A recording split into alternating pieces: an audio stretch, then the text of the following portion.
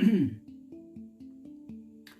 दोस्तों, अगर आप कोई प्रॉपर्टी खरीदने का प्लान बना रहे हैं या आपके घर में चर्चा चल रही है कि भैया इस प्रॉपर्टी को खरीदा जाए या कुछ इस तरह घर लेने का प्लान कर रहे हैं, तो ये वीडियो समझो आपके लिए है। इस वीडियो में हम आपको सारा बताएंगे कि जिससे आपको लीगली पचड़े में पड़ने की जरूरत ही ना पड़े। अगर आप हमारी इन बातों को देख लेते हैं, सुन लेते हैं ध्यान से, तो आपको इतना जागरूक कर दिया जाएगा कि आपको प्रॉपर्टी लेने का जो पूरा शुरुआती मामला है उसमें आप ट्रेंड हो जाएंगे। जैसे आप प्लान करते हैं घर लेने का, सबसे पहले आपने कोई घर पसंद किया, ठीक है। घर पसंद करने के बाद आपने उससे नेगोशिएशन की कि भाई जो भी मोल भाव तय हुआ, उसके बाद आपने उसको दिया एडवांस कि भाई 10% मान लेते हैं एडवांस दे दिया, 10% की आपने साई दे दी कि भाई हमें मकान या जो भी प्रॉपर्टी है आपकी पसंद है। उसके बाद होगा आपका एग्रीमेंट फॉर सेल।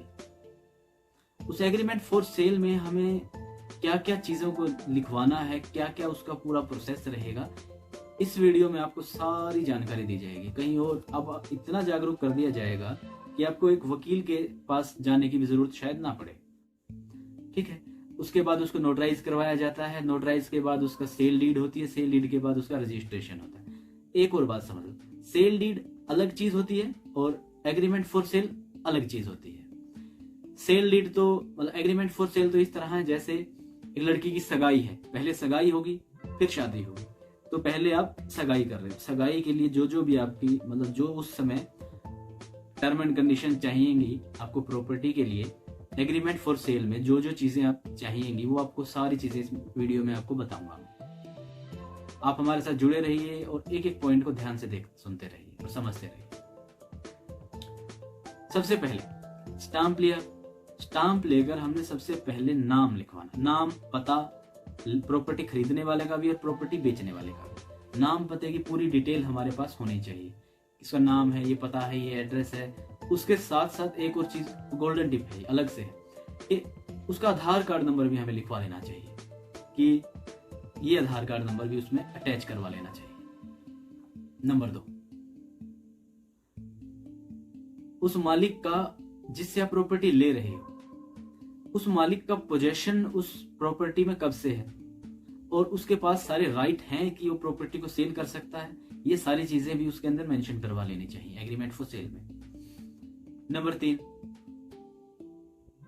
ये प्रॉपर्टी उसके पास आई कैसे, कि भाई ये उसके पुश्तैनी प्रॉपर्टी है, उसके फादर से आई है, उसने खरीदी है, या फिर उसके पूर्वजों से आई है, या फिर किस तरीके से उसके पास ये प्रॉपर्टी हुई है। और उसके सारे डॉक्यूमेंट वेरीफाई करें कि ये सारे डॉक्यूमेंट इस प्रॉपर्टी से हैं, और जिसके पास पहले थी उनके भी डॉक्यूमेंट आप चेक कर सकते हैं, ठीक है।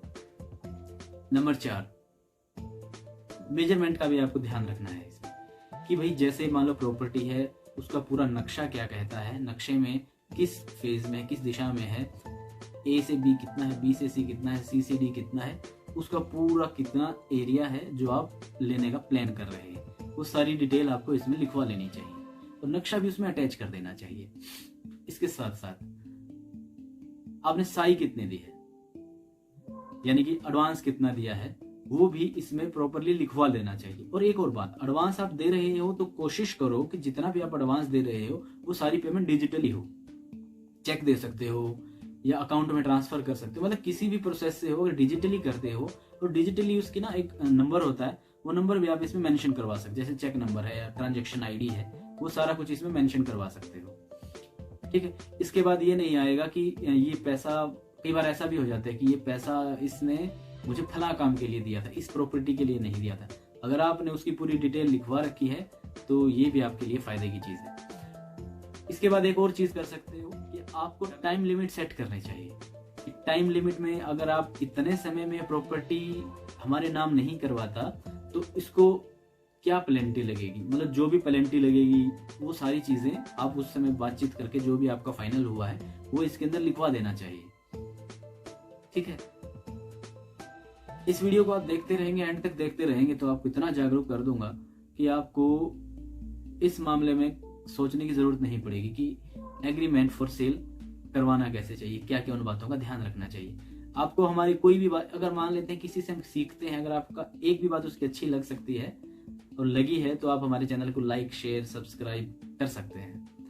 फ्री में हमारे चैनल को ग्रो करने में आप हमारी मदद कर सकते हैं। इससे आगे आते हैं, हमें करवानी थी सिग्नेचर। सिग्नेचर क्या होता है? आमतौर पर हम आखिरी पेज पर सिग्नेचर करवाते हैं। मान लो कि आपने सिग्नेचर आखिरी पेज पर करवाया और मैंने बीच का कोई पन्ना है वो निकाल दिया, आपके पास क्या प्रूफ रहेगा?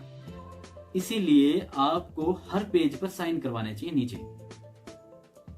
प्रॉपर्टी खरीदने वाला भी, प्रॉपर्टी बेचने वाला भी, उनके साइन होने चाहिए हर पेज के नीचे। उसके बाद उसको नोटराइज करवाते हैं। नोटराइज में चाहिए हमें 2 गवाह कि किनके सामने ये पूरा वाकया हुआ है या पूरा प्रकरण हुआ है कि क्या आपने प्रॉपर्टी दी, जो भी आपकी बातचीत हुई, ये पूरे गवाह कौन थे, उनके गवाहों के भी हर पेज के नीचे साइन होने चाहिए। एक काम और भी कर सकते हो कि ये जो गवाह जो सिग्नेचर किए हैं तो नोटराइज के पास आप सब कह सकते हो कि सबकी पासपोर्ट साइज फोटो, उसको कह सकते हो कि ये हमारे जो उसके पास रजिस्टर होता है उसके अंदर अगर वो लगा ले तो और भी बढ़िया। तो इसी तरह की बातों को जानने के लिए हमारे साथ जुड़े रहिए और हमारे चैनल को लाइक कर सकते हैं, शेयर कर सकते हैं, सब्सक्राइब कर सकते हैं। और आप हमें ये भी सजेस्ट कर सकते हैं कि हमें इससे कोई और वीडियो, किस तरह की वीडियो बनाने चाहिए, उस बारे में भी आप हमें सजेस्ट कर सकते हैं।